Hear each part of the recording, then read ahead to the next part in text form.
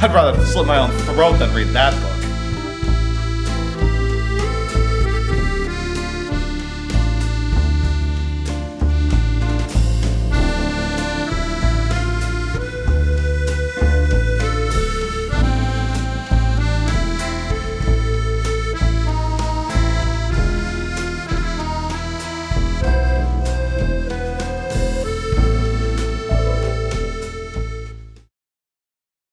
Boom, and that's what it is. 10 rules for sleeping around. First review. I'm filming right now. Okay. So, yeah, who wants to hold the camera first?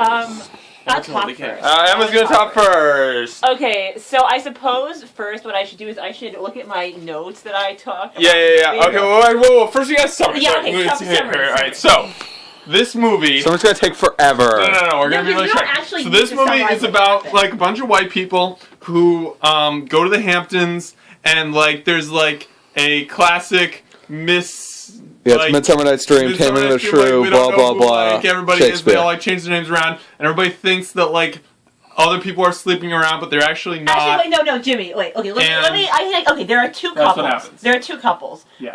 The men own some kind of publishing company, the women do not appear to have jobs. That's a good point. They, like, the men are trying to get this woman, who is a writer, to come, like, write for their publishing company or whatever, and the women are... I don't really know what they're trying to do, but there's also something about open relationships. Yes. They have open relationships. And very important, there is a subplot regarding a guy who, like, gets naked in the first, like, 20 minutes of the movie and, like, never gets, like, unnaked again until, like, the very end. And, like, a dog that wants to have sex with him. Also, the dog literally rapes him. And this is presented as comic. Yes. He literally gets PTSD as night progresses. Yeah. He's also underage, so the dog, like, he gets drugged, too. Yeah, he gets roofied, the dog rapes him, like, he gets thrown out a window on multiple occasions.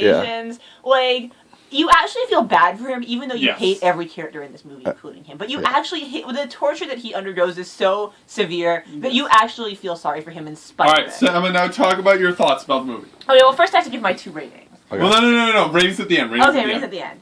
Okay, so I had a lot of questions. I mean, the bestiality was one of them. The bestiality, which is a recurrent joke. Like, I mean, I don't think of myself as having that much of a moral compass, but, like, I felt a little weird that, like, that was just, like, something that just came up, and it was just like, oh, haha, oh, okay, whatever.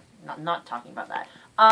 Also, the lack of understanding of jobs, the way, like, jobs work and the way that, like, the working world works. I mean, not like I'm an expert, but, like, at one point they're having an audition for, like, the book cover, and so they have all these, like, young girls there who are, like, models, and then at one point, one guy it took us, like, half an hour to learn everyone's names. That was really hard. One guy showed up and was like, okay, we have to talk, and then he's like, okay, the audition's canceled. Like... Yeah, that was confusing. Like, yeah, and I mean, I wouldn't care about that, but things like that seem to happen a lot. Like, it's not really obvious. Like, no one seems to have jobs. One character says that her job is she goes shopping and puts her husband, like, you know, like, is constantly, like, forcing her husband to, like, refinance his mortgage, so she's always shopping, and it's like... And that's presented, like, comically. Yeah, and it's like, you do understand that because you're married, like, his money is kind of also your money, so... Yeah, it's very important to understand, like, that's, like, presented as, like comic, like, oh, well, that happens a lot to a lot of people. That's just women. That's just women for you. And the male equivalent is the repeated jokes about baseball. Like, oh, it's okay, it's the playoffs. Yeah. Also, yeah, repeated uses of booyah. I'm not sure what's up with that. Bro. Pretty sure people don't talk that way. The shopping code of conduct, the reference to girl code.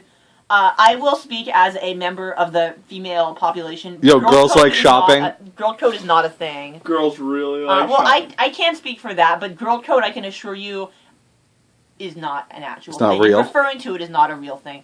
Also, the Jersey girls who are repeatedly presented as, like, the slutty doppelgangers of the heroines actually make better life choices than the heroines do, which I... Wait, are they supposed to be the doppelgangers? Well, not, like, literally... You know what I mean? They're, like, the skanky version. Like, you know how in Midsummer Night's Dream, there's, like, the fairy couple... There was a lot of similarities between Midsummer Night's Dream. Yeah, there's, like, the fairy couple, there's, like, Oberon and Titania, and then there's, like, the real couple... Wait, who's Oberon and Titania in this movie? They're the fairy couple.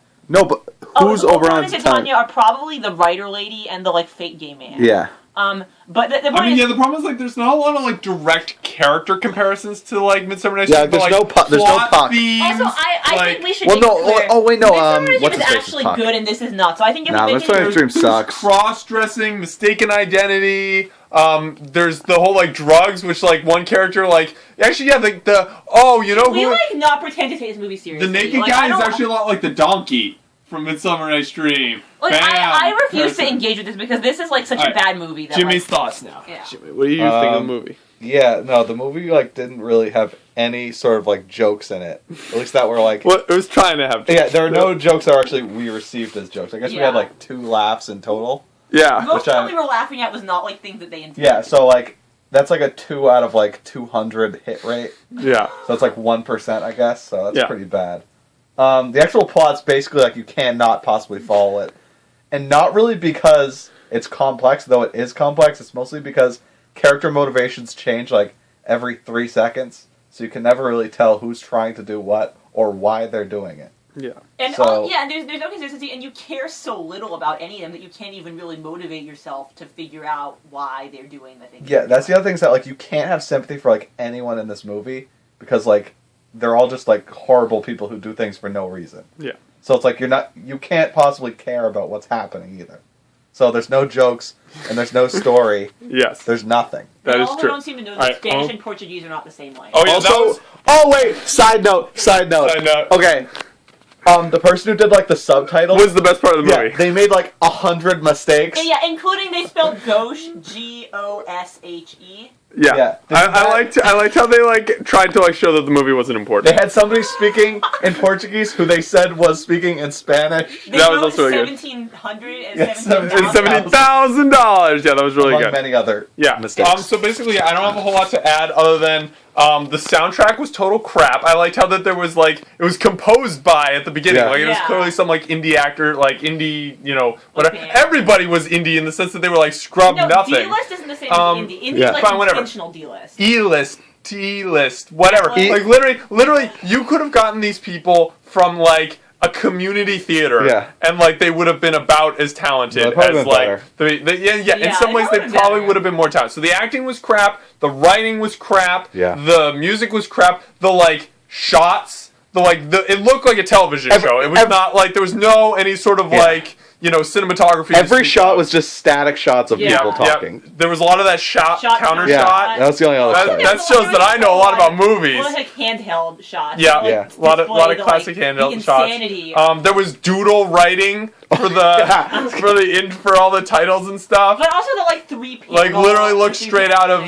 Oh yeah. Yeah. So that the Transitions. writing was straight out of like iMovie. The transitions were straight out of iMovie. They had the like break the screen into 3 parts. So yeah, it was pretty terrible overall. All right, Emma, Ratings for enjoyment what was your and ratings? quality. For 10 rules for slipping around. Emma Cook. Okay, well, we're doing. Oh yeah. Explain the ratings. Yeah, we're system first. doing 2 different ratings. One of them is for quality, and one of them is for enjoyment. Because Yeah, those are kind of so- 2 distinct axes. Because Yeah. you can enjoy a movie and it might suck, or the So other like way around. objectively how So, good a movie is yeah. versus how much you personally enjoyed it. It pains me to say.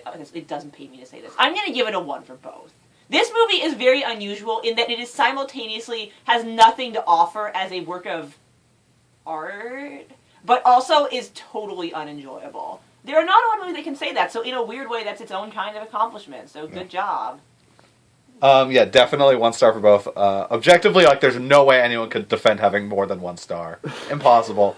In terms of enjoyment, it doesn't even reach, like, being bad enough that it's, like, funny to watch, like, The Room or whatever. It's just, like, as bland and boring as possible, so 1-1. Okay, so yeah, I'm gonna give it 1 star objectively because I tried to think of like how you could like make it more than that, but like you can't.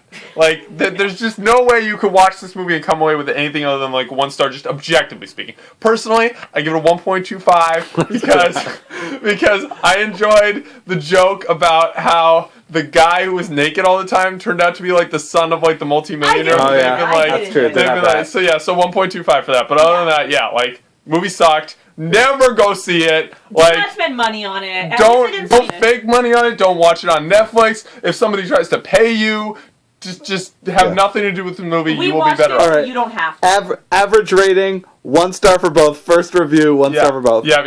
So we can only go up from here.